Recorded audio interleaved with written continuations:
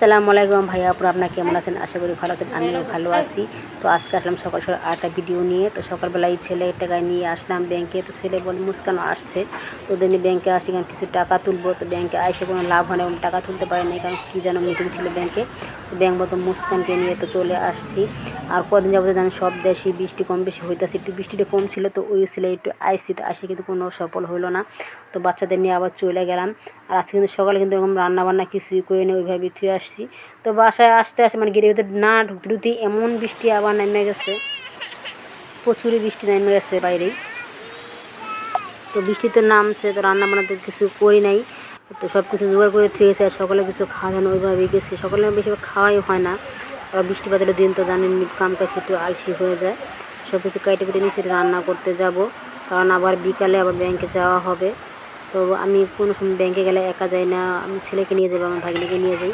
তো এই যে বাচ্চাদের জন্য ডিম রান্না করছি, আর আমার জন্য ওই পাশে ইলিশ মাছ দিয়ে ডাটা দিয়ে রান্না করব। তো একা একা আমি কোনো সময় কখনই যাই না, যখনই যাই আমি সাথে কোনো কেকে নিয়ে যাই, কারণ আমার একা একা যেতে কোনো জায়গায় যেতে ভাড়া, আমি তো বিশেষ বাইরে বের হই না, যখন একটু বাইরেই তো যে কোনো কাজে বাইরে কেউ না কেউ আমার ছোটো বোন আসছে মুসকানের আম্মু, সাথে করে নিয়ে যাই।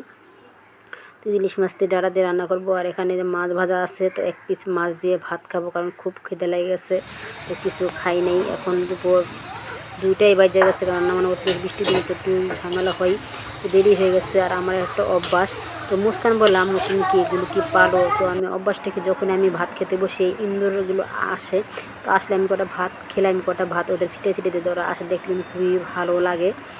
তো বাইরে কিন্তু প্রচুর বৃষ্টি হইতেছে, তো বাইরে বের হই না, তো আবহাওয়া তো বুঝি না ওরকম। তো বের হয়ে দেখি এরকম আমি কখনই এরকম দেখিনি, মানে আমাদের রাস্তায় রাস্তাটা এত পানি জমে আছে, তো গাড়ি ঘোড়া পাওয়া যায় না, খুবই কষ্ট হয়েছে যাইতে।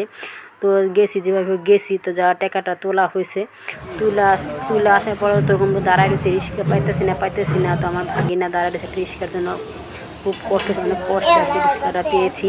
তো সব জায়গায় এরকম বৃষ্টি হতেছে, আমাদের এখন মানে 5 মিনিটও ভালো থাকে না, বৃষ্টি দুমদুম আসে পরে এমন অবস্থা হয়ে যায়।